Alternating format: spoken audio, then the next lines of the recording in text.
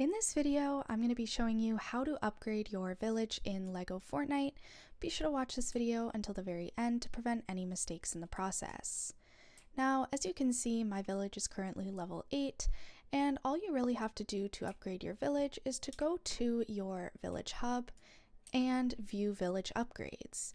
You're going to go to this area right here, and it has all of the requirements for upgrading your village and also the rewards that you will get. As you can see, there's different rewards for every level that you have.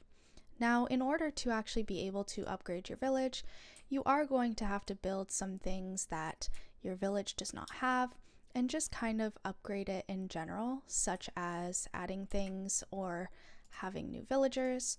For example, if I were to build this grain mill, as you can see at the top bar, it increased my ability to be able to upgrade my village. And once that's at the end, you should be able to upgrade your village if you have all of the resources to. Be sure to leave a like, comment, and subscribe to the channel. Thanks for watching. See you in the next video.